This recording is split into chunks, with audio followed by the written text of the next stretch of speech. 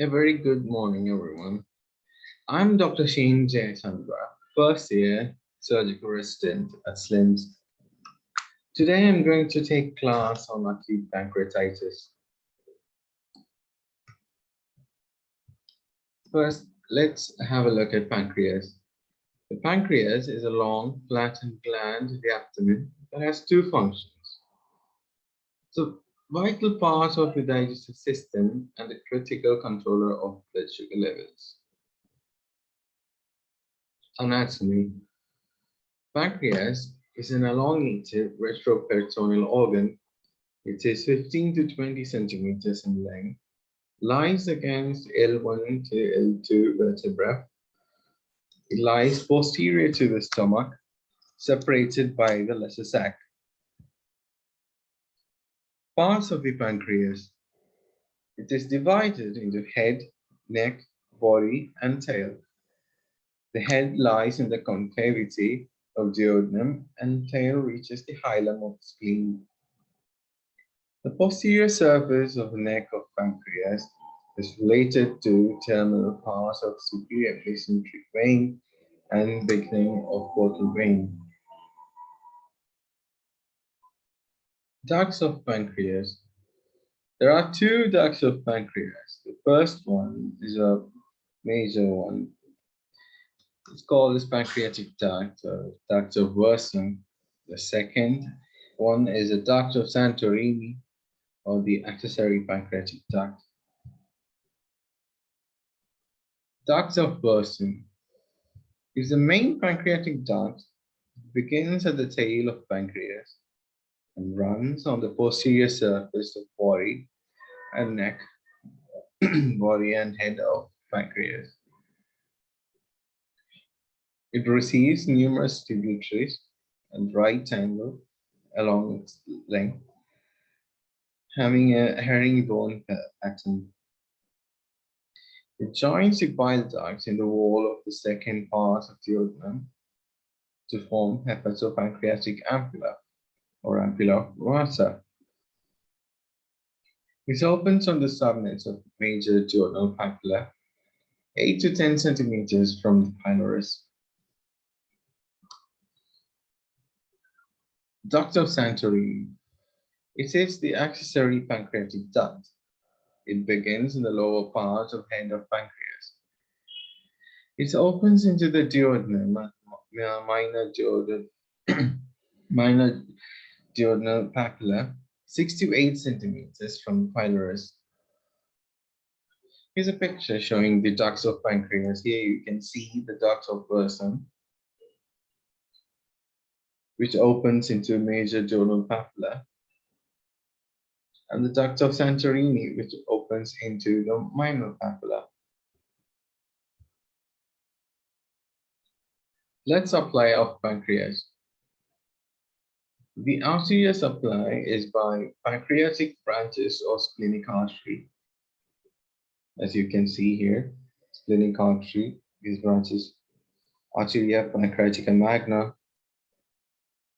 superior pancreatico-duodenal artery, which is here, inferior pancreatico-duodenal artery, here. The venous drainage is into portal vein, the splenic vein, inferior mesenteric vein, superior mesenteric vein, inferior pancreatico-duodenal vein, superior pancreatico-duodenal vein, all drain into portal vein here. You can see in this picture. Nerve supply.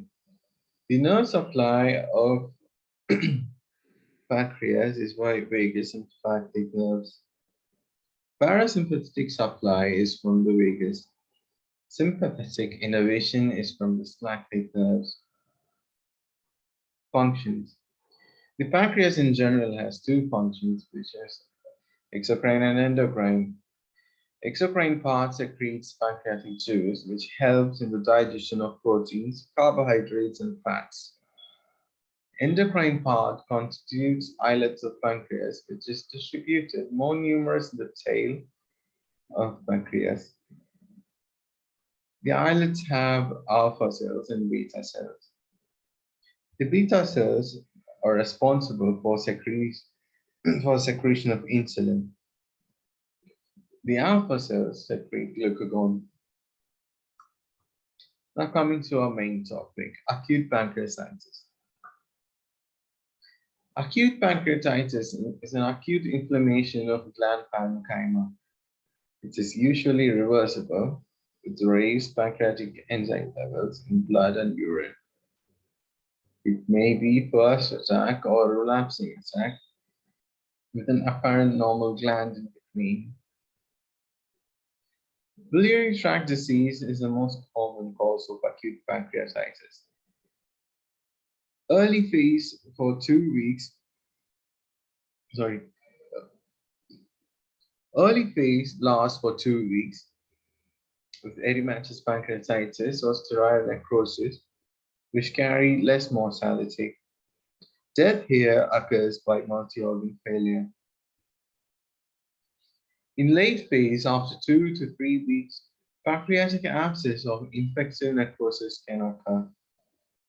Pancreatic abscess has about 40% mortality, which needs drainage. Infective necrosis usually develops after 3 weeks and carries 100% mortality without surgical drainage. Pathogenesis. There are two main causes, which are biliary stones and alcohol. Biliary stones induced pancreatic ductal obstruction and ductal hypertension. Pancreatic ductal obstruction may be caused due to biliary tract stones, duodenal ulcer, duodenal Crohn's, periampullary diverticulum, tumor, trauma, pancreatic duct stricture, pancreatic divisum, ascariasis, clonorchis senesis. Alcohol gives direct toxicity, promotes hypersecretion of gastric and pancreatic juices, reflux, plugging of pancreatic proteins, injury by release of free radicals like superoxide and hydroxyl, spasm of sphincter of Oddi, and stimulates trypsinogen. All these etiologic causes either cause spasm of sphincter of Oddi and lead into the parenchyma, or causes increased secretion of pancreatic enzymes. Trypsinogen gets activated, forming trypsin, which activates other enzymes like prolactase and prolipase. Prolactase gets converted to elastase, which causes capillary rupture. Prolipase converts to lipase, which metabolizes triglycerides to glycerol, fatty acids, and fatty acids combine with calcium, forming saponified fat. All these give rise to sequestered fluid, saponified fat, blood, toxins, all together forms a chicken broth fluid. Lecithinase, amylase, and factors like lysolecithinase, prostaglandins, bradykinins, kallikrein, myocardial depressant factor, free radicals, cytokines, tumor necrosis factor, platelet activation factor are also released to have local and systemic functions, systemic effects, sorry. Infection occurs causing bacteremia and septicemia. Large volume of fluid sequestration occurs causing hypovolemic shock. Toxins released may lead to acute tubular necrosis and so acute renal failure. Left-sided diaphragm gets elevated and left-sided pleural effusion occurs. Lecithinase reduces the surfactant in the alveoli of the lung, and infection leads to pulmonary insufficiency, ARDS, and respiratory failure. Diffuse oozing in pancreatic bed occurs which utilizes platelets and causes disseminated intravascular coagulation, or DIC. In severe cases, extensive necrosis with hemorrhage occurs, causing acute hemorrhagic necrotizing pancreatitis, which has a high mortality. Here, enzymes seep across the retroperitoneum, causing hemorrhagic spots and ecchymosis in the flanks, which is Great Turner syndrome. Great Turner sign. When it seeps through falciform ligament, causing discoloration around the umbilicus, it's called Cullen sign. When it's below the umbilical, when the umbilical eye or below the inguinal ligament, it's called as fog sign. SARS and laser moth sets in. Sequence of action. Acute edematous pancreatitis may resolve with less complications, less mortality, or it may progress to severe acute pancreatitis, which may cause acute sterile necrosis, infected necrosis, which can cause local or systemic complications with high mortality, which include psoriasis, abscess, respiratory distress, multi-organ dysfunction, and hemorrhage. See classification of pancreatitis. By definition, it must fulfill two of three criteria. First is must have a characteristic abdominal pain. Elevation of pancreatic enzymes more than 3 times of the normal limit. Characteristic finding in CECT. Types. Acute interstitial edematous pancreatitis. It is common with mortality only less than 1%.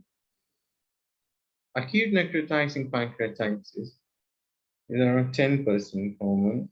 It may be sterile necrosis or infected necrosis. Occurs after the first week.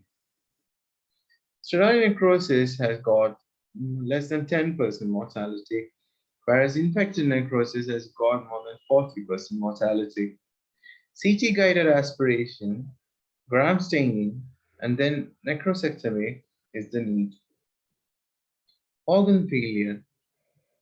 Cardiovascular, renal, respiratory failures are the most common. The most common one is respiratory, sorry. Modified Marshall scoring system is used. A score of 2 or more suggests AP. It is based on a PaO2 by FiO2, serum creatinine, systolic blood pressure, and blood pH. Transient is less than 40% or 48 hours. Persistent is more than 48 hours. Systemic complications. The exacerbations of pre-existing comorbid conditions. Local complications based on CCT findings. Acute pancreatic fluid collection. Peripancreatic fluid collection occurs with interstitial pancreatitis. No necrosis, no wall formation occurs within 4 weeks.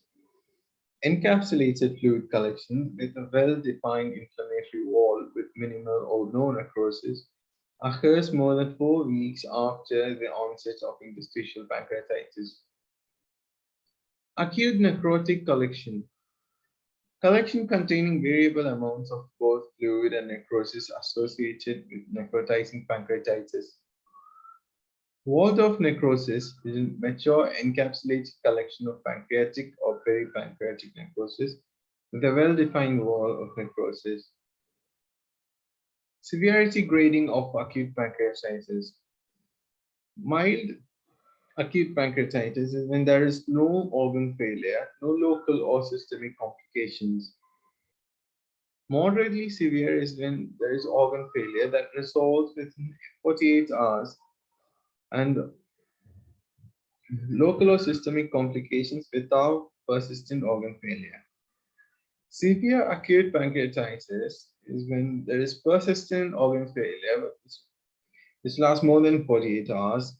It can be single or multiple organ failure. Phases of acute pancreatitis. Early phase usually lasts for the first week, commonly with initial systemic responses to acute pancreatitis.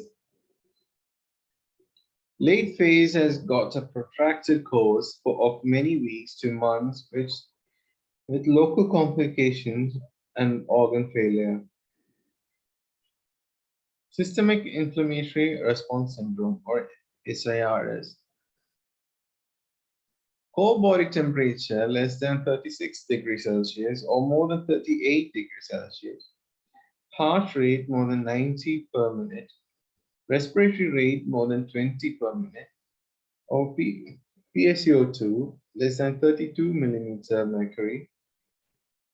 Total count less than 4,000 cells per millimeter cube or more than 12,000 cells per millimeter cube. If if SARS is present more than 48 hours, the patient is likely to have severe pancreatitis. Organisms. Now, the infection is commonly polymicrobial, and 60%. The infection may come from gallbladder, colon, or small bowel by transmural migration or by hematogenous spread. Infection rate is 1 week. In 1 week is 24%, and in 3 weeks it is 70%. The causative organisms include E. coli, Klebsiella, Enterococcus, and others include Staphylococci, Pseudomonas, Proteus, Enterobacter, anaerobes, Candida.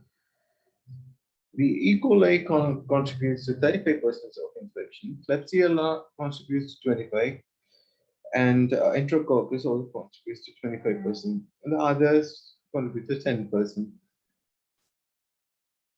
Clinical features. The clinical features may be mild, severe, or permanent. Sudden onset of upper abdominal pain is referred to back.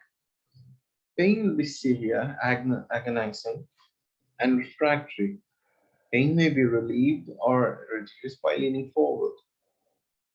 Vomiting and high fever, tachypnea with cyanosis, tenderness, bone tenderness, guarding rigidity, and abdominal distension may be present. Often mild jaundice due to cholangitis may be present. Jaundice may also be due to bile duct disease or obstruction of cholestasis. Features of shock and dehydration, oliguria, hypoxia, and acidosis. Gray Turner sign, Cullen sign, Fox sign. Hematemesis, melena due to duodenal necrosis, gastric erosions, decreased coagulability, or DIC. Ascites may be present. Paralytic ileus is common. Pleural effusion, pulmonary edema, consolidation. The features of rapid onset of ARDS is also observed. Neurological derangements due to toxemia, fat embolism, hypoxia, respiratory distress can occur. It may be mild psychosis to coma. Occasionally, hematemesis or melena can occur. Fluid, metabolic, hematologic, and biochemical changes. hypovolemia, hyperalbuminemia, hypocalcemia, neutrophilia, thrombocytopenia, hypochloremic metabolic acidosis, hyperbilirubinemia, hypertriglyceridemia, metabolemia may occur. Hypovolemia is due to diffuse capillary leak and vomiting, causing raised hematocrit, blood urea, serum creatinine levels. Hypoalbuminemia, which is more revealed after fluid correction. Hypocalcemia is either due to decreased albumin levels or specific loss of ionized calcium. Hypocalcemia due to reduced ionized calcium carries more prognosis.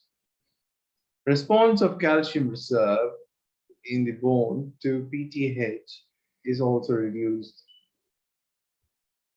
Total count is raised with neutrophilia, thrombocytopenia, raised FTP, decreased fibrinogen, prolonged partial thromboplastin time, and PT. DIC can develop later. Hypochloremic metabolic acidosis is common due to repeated vomiting. Reduced insulin secretion, increased glucagon, and catecholamine secretion causes hyperglycemia, more so in diabetic patients. Hyperbilirubinemia may be due to biliary stones or obstruction of cholangitis or non-obstructive cholestasis. Hypertriglyceridemia is common especially in hyperlipidemic patients. Methylbulimia, when it occurs in acute pancreatitis, it indicates poor prognosis. Investigations. Serum amylase is very high or shows rising titer. Amylase creatinine clearance ratio is increased. It is urine amylase or serum amylase by multiplied by serum creatinine, urinary creatinine into 100. Normal value is 1 to 4%. More than 6% signifies acute pancreatitis. Serum lipase more specific than amylase. Serum lipase level after rise persists for longer period than amylase. Pancreas is the only source unlike amylase, hence it's more specific. Serum lactosins, more specific in hereditary hyperlipidemia or alcohol pancreatitis. Serum trypsin. Trypsinogen activation polypeptide or TAP assay in serum and urine reveals the severity of acute pancreatitis. CRP more than 150 milligrams per liter is useful. Phospholipase A2 LDH levels are also often assessed. Liver function tests: serum bilirubin, albumin, prothrombin, alkaline phosphatase, blood glucose, serum calcium level, hypercalcemia occurs. Arterial PO2, PCO2 level assesses pulmonary insufficiency or ARDS. Urinary lipase estimation, total count, hematocrit, platelet count, coagulation profile is also done. Peritoneal tap shows high amylase and protein level. Lipase level, sorry, fluid is also useful. Investigations. Plain X-ray shows a sentinel loop of dilated proximal small bowel. Distension of transverse colon with collapse of descending colon or colon cutoff sign. Air fluid level in the duodenum. Renal halo sign. Obliteration of psoas shadow, localized ground glass appearance. Ultrasound abdomen is also done. Spiral CT is better, the gold standard. It is done after 72 hours to look for edema, altered fat and facial planes, fluid collections, necrosis, bowel distension, mesenteric edema, and hemorrhage. CT guided aspiration. Fluid should be sent for gram stain and bacterial culture. Epicteal catheter insertion can also be done on CT guided. If fluid culture shows bacterial growth with CT showing necrosis, it means it is infected necrosis and needs early pancreatic necrosectomy. CT guided aspiration and gram staining may need to be repeated. CECT gives diagnosis of acute pancreatitis, assesses the severity, detects local complications. But CECT should be done ideally after first week, not in the initial period, unless diagnosis is in doubt or associated pathology is suspected. Non-enhancement finding is typical of pancreatic necrosis.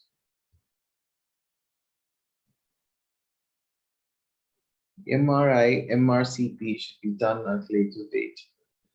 ERCP is usually not done in acute phase. Chest X-rays are taken for check for effusion ARDS.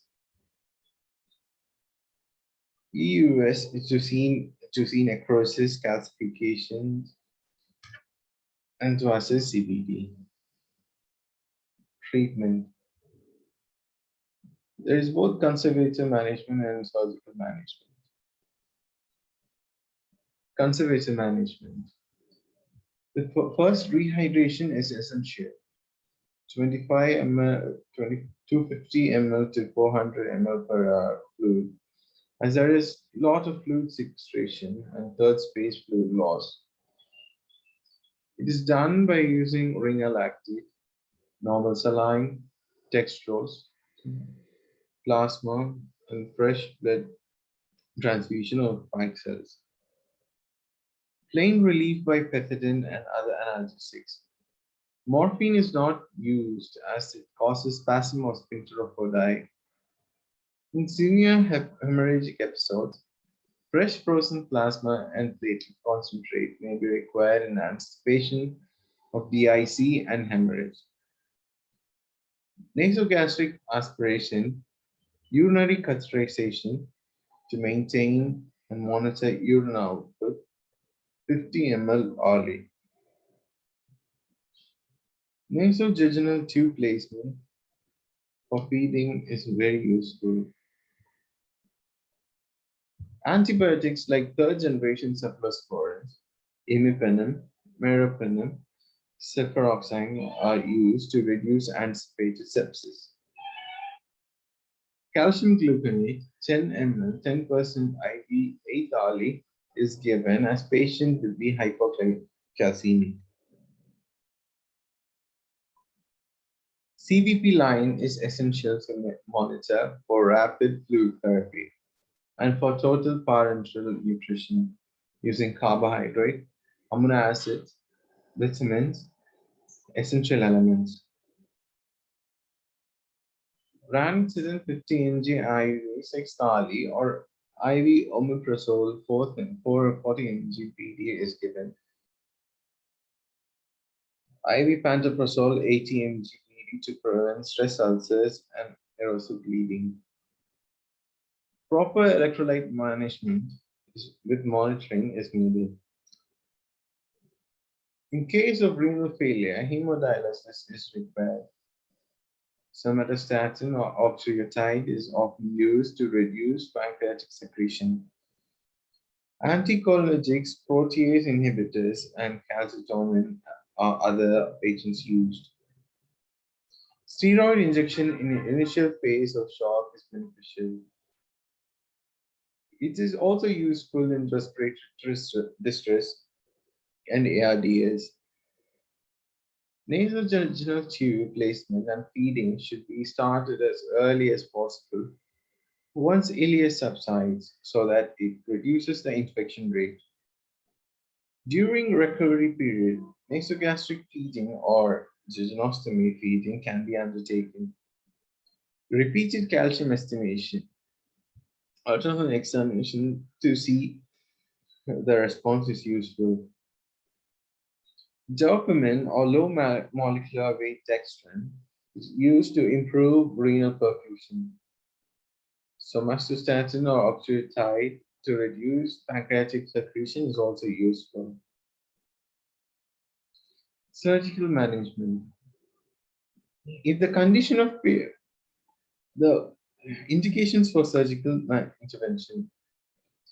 If the condition of patients deteriorates in spite of good conservative treatment, if there is pancreatic infection, infected necrosis, if in severe necrotizing pancreatitis, as a trial to save the life of the patient, which has got very high mortality.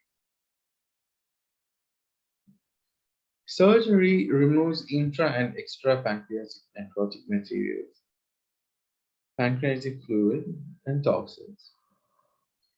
It permits preservation of viable pancreatic tissue.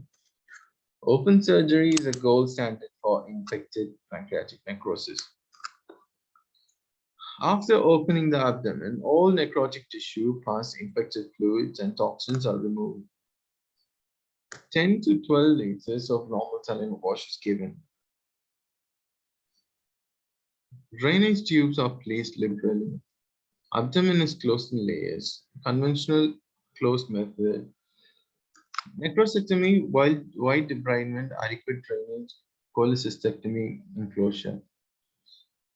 Relaparotomy is done only on demand later. Laparotomy, necrosectomy, wide debridement, wash and void packing. Wound is left open. Repeated wash and packings are done until healthy granulation develops. This is an open method. Laparotomy, necrosectomy, and closure with drain and relaparotomy later is semi-open method. Zip technique can be used to give repeated wash to remove toxins in necrotic tissues until healthy granulation tissue develops in pancreatic bed. It's known as Bradley's repeated laparotomies and wash.